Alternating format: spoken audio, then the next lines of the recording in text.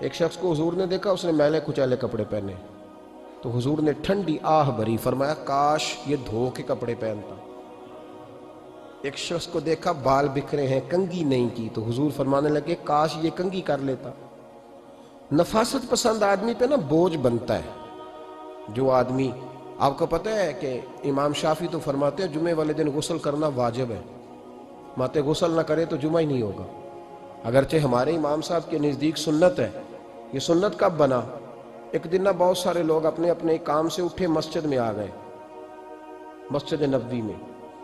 کوئی کسان تھا تو کھیت سے اٹھ کے آ گیا، کوئی مزدور تھا تو مزدوری سے اٹھ کے آ گیا۔ تو مسجد میں جب بہت سارے لوگ جمع ہوئے نا تو بعض لوگوں کو دقت محسوس ہوئی، تو رسول کریم علیہ السلام نے فرمایا کتنا ہی اچھا ہو کہ تم جمعے والے دن نہا کے آیا کرو۔ بس وہ صحابہ کا مزاج ہمارے والا نہیں تھا کہ تفصیل بتائیں، حکمت بتائیں، ملے گا کیا، ثواب کتنا، نہ نہائیں تو گناہ، یہ کوئی نہیں۔ حضور نے کہا کہ نہا کے آؤ تو کتنا ہی اچھا ہے۔ پھر کسی صحابی نے کبھی بھی بغیر غسل کیے جمعہ ادا ہی نہیں کیا، کسی نے بغیر غسل کے کبھی جمعہ ادا ہی نہیں کیا نا۔ اسلام بڑا خوبصورت دین ہے۔ حضور نے فرمایا جو کچا پیاز کھائے وہ مسجد نہ آئے، پہلے مسواک کرے، دانت صاف کرے، پھر آئے۔ نبی پاک صلی اللہ علیہ وسلم نے فرمایا جو کچی مولی کھائے مسجد نہ آئے۔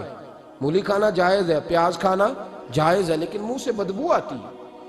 نبی پاک علیہ السلام کا ظاہری حسن کیا بات ہے۔ میلاد مبارکہ میں نبی پاک علیہ السلام کی جو چیز بڑی کھل کے واضح ہوتی ہے وہ رسول اللہ کا حسن و جمال ہے۔ آپ کی والدہ سیدہ طیبہ طاہرہ حضرت سیدہ آمنہ رضی اللہ تعالیٰ، اماں جی کہتی ہیں کہ میرے محبوب جب میرے بطن اقدس میں آئے تو جو تکالیف عورتوں کو ہوتی ہے مجھے ان میں سے کوئی تکلیف بھی نہیں ہوئی، اور اماں جی کہتی ہیں مجھے کبھی کوئی ثقل، کوئی بوجھ محسوس نہیں ہوا، اور فرماتی ہیں کہ جو ولادت کے وقت لوگوں کو، عورتوں کو تکلیف ہوتی ہے مجھے وہ بھی نہیں ہوئی، اور فرماتی ہیں کہ نبی کریم علیہ السلام پیدا ہوئے تو ہمیں حضور علیہ السلام کی ناف کو کاٹنا نہیں پڑا، ناف بریدہ پیدا ہوئے، ختنہ شدہ پیدا ہوئے۔ آپ کو پتہ ہے عورتیں غسل دیتی ہیں بچے کو پیدا ہونے کے بعد، لیکن میرے محبوب نے سجدہ ہی کر لیا پیدا ہوتے ہی، امتی امتی کہتے ہوئے پیدا ہوئے۔ حق نے فرمایا کہ بخشا الصلاۃ والسلام، اور پہلے سجدے پر روز ازل سے درود۔ میرے امام فاضل بریلوی کا جو انداز تکلم ہے نا اس کی بھی حد ہی کوئی نہیں، کوئی حد ہی نہیں، کہاں تک ان کی محبت جاتی، کہنے لگے پہلے سجدے پہ روز ازل سے درود، یادگاری یہ امت پہ لاکھوں سلام، یادگاری یہ امت پہ لاکھوں سلام۔ بتائیے بغیر وضو کے، بغیر غسل کے سجدہ ہو جاتا ہے؟ تو حضور نے سجدہ کر کے بتایا کہ اللہ نے مجھے پاک صاف پیدا کیا ہے۔ نبی پاک صلی اللہ علیہ وسلم کی والدہ نے جب یہ باتیں ارشاد فرمائیں تو لوگوں نے پوچھا ان سے کہ اماں جی پھر آپ ایک جملے میں بتائیں کہ ماجرا سارا کیا تھا، آخر ایک ولادت تو ہوئی نا، آپ کے وجود اطہر سے ایک بچہ تو نکلا، تو یہ کیا تھا؟ تو سیدہ آمنہ فرمانے لگی خرج منی نور، بس میرے وجود سے ایک نور نکلا ہے، بس میرے وجود سے ایک، اور روشنی آتی جاتی ہے تو کسی کو تکلیف نہیں دیتی، ایک نور نکلا۔ میرے رسول کریم علیہ السلام کو ظاہری حسن بھی کمال دیا، اور پھر حضور کی نفاست پسندی، صفائی پسندی۔ نبی پاک جب بات کرتے تھے نا تو حضور کے دانتوں سے نور نکلتا، اس کے باوجود حضور ہر وضو کے لیے مسواک کرتے۔ میں نے ہر نماز کے لیے نہیں کہا، میں اپنے لفظوں کا ذمہ دار ہوں۔ کس کے لیے بولے آپ حضرات؟ ہر وضو کے لیے، یعنی اگر نبی پاک نے وضو نماز کے لیے کیا تب بھی مسواک کی، اور اگر قرآن شریف کی تلاوت کے لیے کیا تو پھر بھی مسواک کی، کسی اور موقع کے لیے وضو فرمایا تو پھر بھی مسواک کی۔ اور سیدہ عائشہ فرماتی ہے جب بھی حضور گھر سے نکلنے لگتے پہلے مسواک فرماتے، حالانکہ رسول پاک کے دندان اقدس تو نور والے تھے، ضرورت ہی نہیں تھی۔ ہماری تعلیم کے لیے نفاست پسندی۔ ایک بات میں نے شروع کرنی ہے پر آپ نے ناراض نہیں ہونا، پہلے وعدہ کر لیں،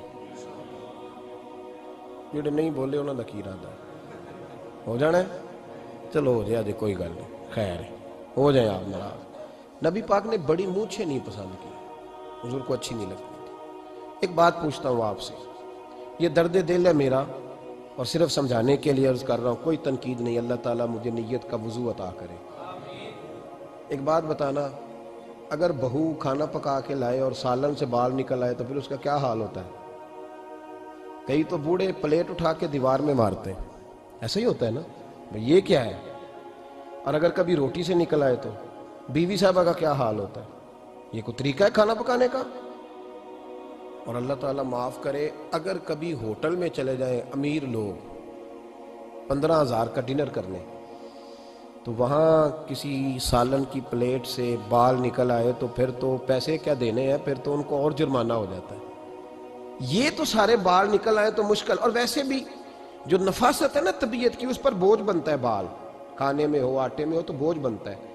تو بڑی مونچھوں والا دوست بھائی بزرگ جب پانی پیے گا تو بال پانی میں جائیں گے کہ نہیں جائیں گے؟ حکیم اور ڈاکٹر کہتے ہیں کہ کینسر کے مرض کا خطرہ ہے۔ اب باقی بھی راضی نہ ہوں، حضور نے بڑی مونچھیں بھی پسند نہیں کی اور چھوٹی داڑھی بھی پسند نہیں کی۔ حضور نے فرمایا داڑھیاں بڑھاؤ، مونچھوں کو پست کرو، مشرکین کی مخالفت کرو۔ اور ایک مقام پہ رسول پاک علیہ السلام نے یہاں تک فرمایا کہ جو مونچھیں پست نہیں کرتا وہ ہم میں سے ہے ہی نہیں۔ اتنے سخت لفظ۔ ایک صحابی تھے، آپ یقین کریں نا، کئی دفعہ دوستوں کو کہنا پڑتا ہے، اور کئی دفعہ نا مجھے محسوس ہوتا ہے کہ یار ہم روز ہی کہتے ہیں، لیکن کہتے پتہ کیوں ہے کہ بوجھ بنتا ہے وہ بندہ جو اس طرح کی تباہ کے ساتھ آتا ہے، جو حضور نے پسند نہیں کیا۔ ایک شخص نبی پاک کے سامنے آیا، قاضی عبدالدائم دائم صاحب نے لکھا ہے، بڑی خوبصورت بات لکھی ہے، کہنے لگے حضور کے سامنے وہ اکثر آیا کرتا تھا تو مونچھیں بڑی تھی، حالانکہ داڑھی بھی بڑی تھی، مونچھیں بھی بڑی تھی۔ 2-4 دفعہ حضور نے باتوں باتوں میں تات اللفظ سمجھایا۔ کچھ بندے نہیں سمجھتے، تات اللفظ سمجھاؤ یا بڑا کھول کھول کے سمجھاؤ پر بات سمجھنے کو تیار نہیں ہوتے۔ پتہ نہیں کیا ایسا حسن ہے بھئی، جو حسن نبی پاک نے پسند نہیں کیا وہ کبھی حسن ہو سکتا ہے، کبھی خوبصورتی ہو سکتی ہے؟ وہ کسی کا ذاتی کلچر تو ہو سکتا ہے پر دین کی تہذیب نہیں۔ نبی کریم علیہ السلام نے کئی دفعہ سمجھایا تو ان کی سمجھ میں بات نہ آئی۔ ایک دن وہ بیٹھے ہوئے تو حضور نے ایک صحابی سے فرمایا کینچی لاؤ۔ کہنے لگے میں سمجھ گیا کہ میرے ساتھ کچھ ہونے لگا ہے۔ ساتھ ہی حضور نے فرمایا ایک مسواک بھی لانا۔ کہنے لگے میں نے کہا بچت ہو گئی، میرے تو دانت صاف ہے۔ تو یہ شاید اس کی بات ہونے لگی ہے جس کے دانت بھی ٹھیک نہیں۔ دونوں چیزیں جب آ گئی نا تو حضور اٹھے اور نبی پاک نے مسواک ان کے ہونٹوں پہ رکھی، اسی سے آبی کی ہونٹوں کے اوپر مسواک رکھ کے تو اوپر سے حضور نے مونچھیں کاٹ لی۔ فرمایا یہ نہ ایسا کرو، یہ چیز مجھے پسند نہیں ہے۔ حضور نے نفاست پسندی کو، اب تو اللہ تعالیٰ خیر کرے ملانگ آ گئے ہیں مارکیٹ میں، ملانگ درویشی فقیری، ان کے پاس رش بھی زیادہ ہے، ان کے درباروں پہ بھی رش زیادہ ہے۔ جی کہتے ہیں حضرت صاحب درویش آدمی ہے، بھئی روٹی تو پورے ٹائم پہ کھاتا ہے، مونچھیں کٹوانے میں ہی درویش ہو گیا ہے، نہ بال کٹواتا ہے نہ مونچھیں کٹواتا ہے۔ یہ گرو نانک کی تعلیمات ہیں، یہ نبی پاک کی تعلیم نہیں۔ وجود کا کوئی بال نہ کٹوانا یہ سکھوں کا طریقہ ہے، مسلمانوں کا یہ انداز، یہ کدھر کی فقیری ہے؟ دین کوئی غلاظتوں والا معاذ اللہ کہ بابا کپڑے نہیں بدلتا، بابا غسل نہیں کرتا، بابا بال نہیں کٹواتا، بابا ہے پاگل ہے؟ قطعی طور پر کوئی فقیری نہیں، فقیری صرف وہ ہے جو میرے نبی نے کیا ہے۔